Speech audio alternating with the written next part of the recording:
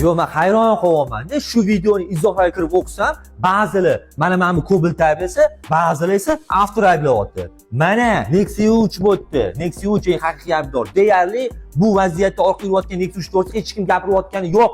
Yo'l harakat qoidalarini 63-bandlik bino transport vositasini orqaga harakatlantirishda haydovchi yo'l harakat xavfsizligini ta'minlashi, boshqa yo'l harakat qatnashchilariga xalaqit bermasligi, xavf tug'dirmasligi shart.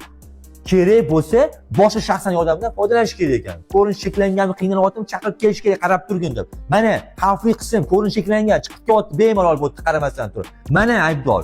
Kim bo'lgan agar bu chora qilib olgan bo'lsa, yana bitta qo'shimcha qoidabuzar hisoblanadi. Tushundinglarmi?